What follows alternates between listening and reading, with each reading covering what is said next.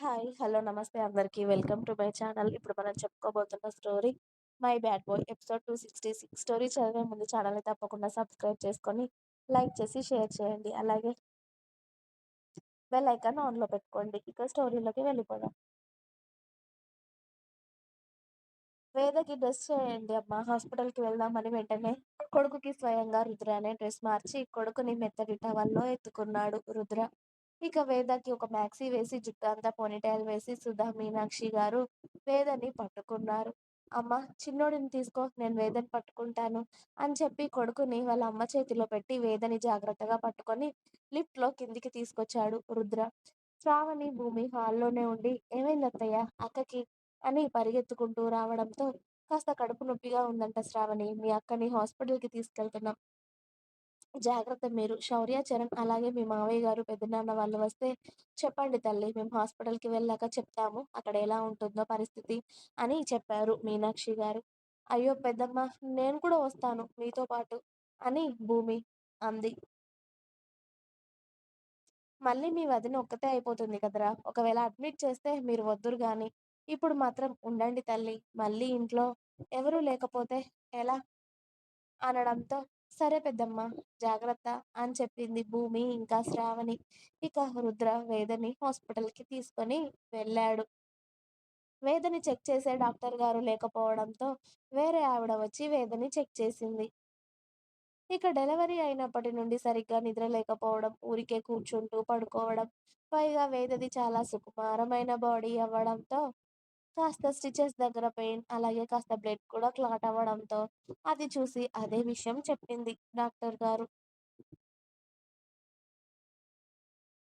స్టిచెస్‌కి బాగా ఒత్తిడి అయిపోయి పెయిన్ వచ్చింది. అలాగే సరిగ్గా నిద్ర కూడా ఉండట్లేదు.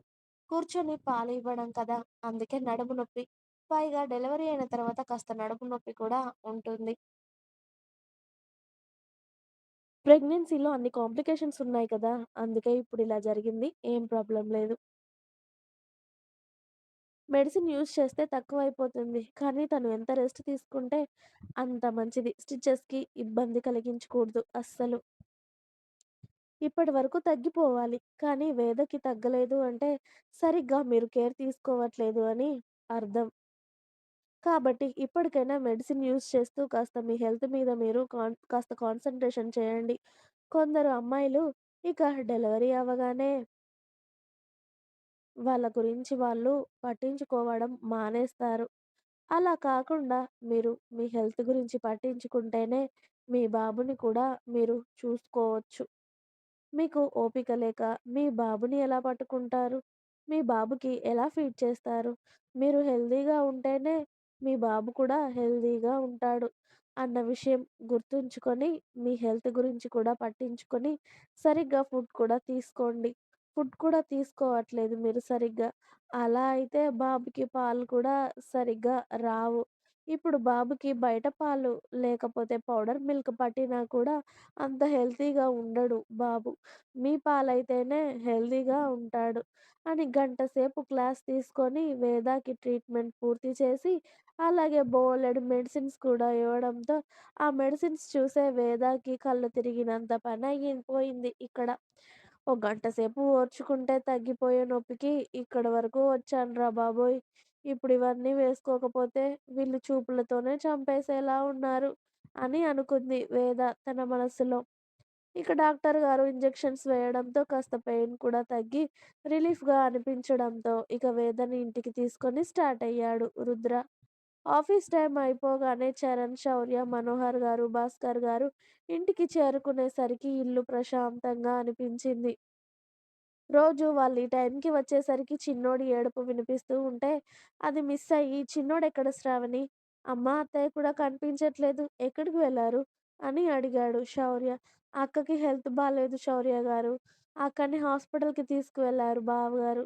అత్తయ్య అలాగే పెద్దమ్మ కూడా అక్కతో వెళ్లారు శౌర్య గారు" అని చెప్పింది శ్రావణి. "అదేంటి వదిన, వేదగాడికి ఏమైంది?"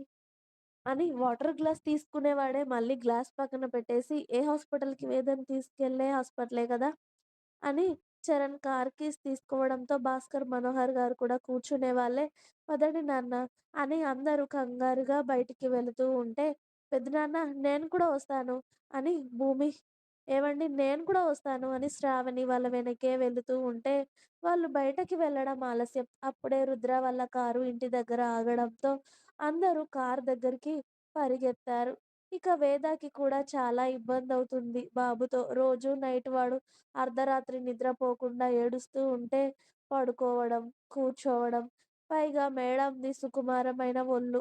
పైగా కాంప్లికేషన్స్ ఉండడంతో ఆవిడ చెప్పింది కూడా కరెక్టే అని వేదాన్ని ఏమనకుండా మెడిసిన్ మాత్రం కరెక్ట్‌గా యూజ్ చేసి ఇప్పటికైనా తనని జాగ్రత్తగా చూసుకోవాలి అనుకుంటాడు రుద్ర.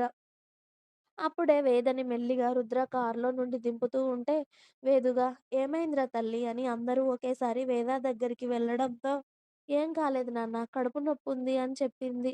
స్టిచెస్ ఇంకా మానలేదంట. మెడిసిన్ రాశారు. అవి వేసుకుంటే తగ్గిపోతుంది అని చెప్పారు డాక్టర్ గారు. ప్రాబ్లమ్ ఏం లేదు. ప్రాపర్‌గా రెస్ట్ తీసుకోవాలి అంతే. మీ కోడలికి రెస్ట్ తీసుకోమని చెప్తే, ఇప్పుడే ఒలింపిక్‌కి వెళ్లి పరిగెత్తి మెడల్ తీసుకురావాలి అన్నంత కోరికగా ఉండి, దాని హెల్త్ పట్టించుకోవట్లేదు. అంతే ఇంకేం లేదు అని రుద్ర వెటకారం ఆడుతూ ఉంటే, అందరూ ఉండగానే రుద్ర నడుముని గట్టిగా గిల్లింది వేద. "అరె! నిజాలు చెప్తే ఎందుకే అంత కోపం నీకు? అని పద" అని వేదని ఇంట్లోకి తీసుకువెళ్ళి ముందుగా కాసేపు సోఫాలో కూర్చోబెట్టాడు. జర్నీ చేసి వచ్చారు కదా అని. ఇక బాబుని శ్రావణి తీసుకోవడంతో భూమి అందరికీ మంచినీళ్ళు, జ్యూసులు తీసుకురమ్మని పని వాళ్ళకి చెప్పగానే ఇక మెయిడ్స్ అందరూ ఇంట్లో వాళ్ళందరికీ కాఫీలు, టీలు, జ్యూస్‌లు, మంచినీళ్ళు ఎవరికి ఏది కావాల్సినది వాళ్ళకి తీసుకొచ్చి ఇస్తూ ఉంటే వేద కొద్దిగా మంచినీళ్ళు తాగింది. జ్యూస్ తాగమంటే కూడా వద్దు అంటుంటే ఇందుకే కదా ఆవిడ తిట్టింది. సెల్ఫ్ కేర్ ముఖ్యమని చెప్పింది కదా! తాగు ముందు అని రుద్ర గట్టిగా చెప్పడంతో, ఇకిప్పుడు తాగకపోతే తన్నేలా ఉన్నాడు అని చెప్పి కాస్త జ్యూస్ తాగి నీరసంగా సోఫాలో కూర్చోవడంతో, "ఏమైంది తల్లిగా" అని భాస్కర్ గారు వచ్చి కూతురు పక్కన కూర్చున్నారు. "ఓపిక ఉండట్లేదు డాడీ. చాలా నీరసంగా అనిపిస్తుంది. అలసటగా కూడా అనిపిస్తుంది. ఎప్పుడూ నిద్రొస్తుంది. కానీ నీ మనవడిని చూసుకోవాలి కదా నేను" అని వేద క్యూట్‌గా చెప్తూ ఉంటే, ఎంత చిన్నగా ఉండేది వేద. ఇప్పుడే ఎంత పెద్దగా అయిపోయింది. ఒక కొడుకుకి తల్లి కూడా అయిపోయింది కదా! అని అందరూ వేదని చూస్తూ ఉంటారు.